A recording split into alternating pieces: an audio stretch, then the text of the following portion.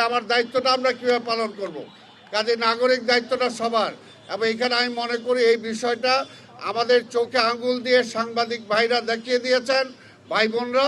ঠিক তেমনি এখন আপনাদের কারণে আমরা উৎসাহিত হয়ে এই জায়গাটা আমরা পরিষ্কার করে দিলাম। এখন ভবিষ্যতে যাতে এইটা আবার পার্মানেন্টলি কেউ দখল না করতে পারে সেই ব্যাপারেও কিন্তু সাংবাদিক ভাই বোনদেরকে খেয়াল রাখতে হবে। এবং আমি প্রত্যেকটা জনগণের সহযোগিতা আশা করি। ঢাকা আমার মুখমণ্ডল, যদি এটাকে আমি পরিষ্কার পরিচ্ছন্ন না রাখতে পারি তা আমার নিজের কাছেও তো খারাপ লাগবে।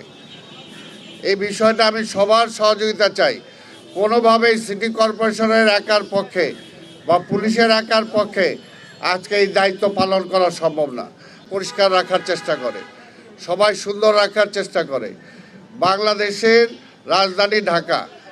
আমি জানি যে সাংবাদিকরা আপনারাই আমাদেরকেই ধরেন, কিন্তু আমরা বলবো যে আপনারা যারা এই দায়িত্ব পালনে অনীহা প্রকাশ করছে, দায়িত্ব পালন করছে না, আজকে প্রত্যেকটা নাগরিকের দায়িত্ব আজকের এই দায়িত্বটা পালন করা।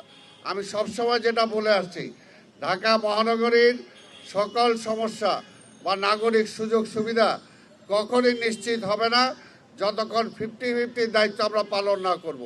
জনগণ 50% দায়িত্ব পালন করতে হবে, সিটি কর্পোরেশন 50% দায়িত্ব পালন করবে, তাহলে 100% হবে।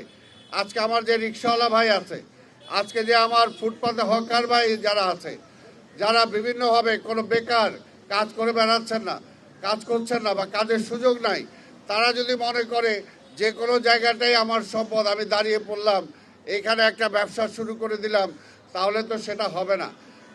আপনাদের মাধ্যমে যেটা আমরা চাই, এটা একটা নিয়ন্ত্রণের মধ্যে আমরা আনতে চাই।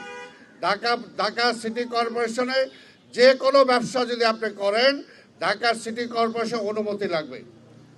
এই ব্যাপারটা আপনাদের সহযোগিতা চাই। আপনারা সবাইকে এই ব্যাপারে সচেতনতা গড়ে তুলবেন।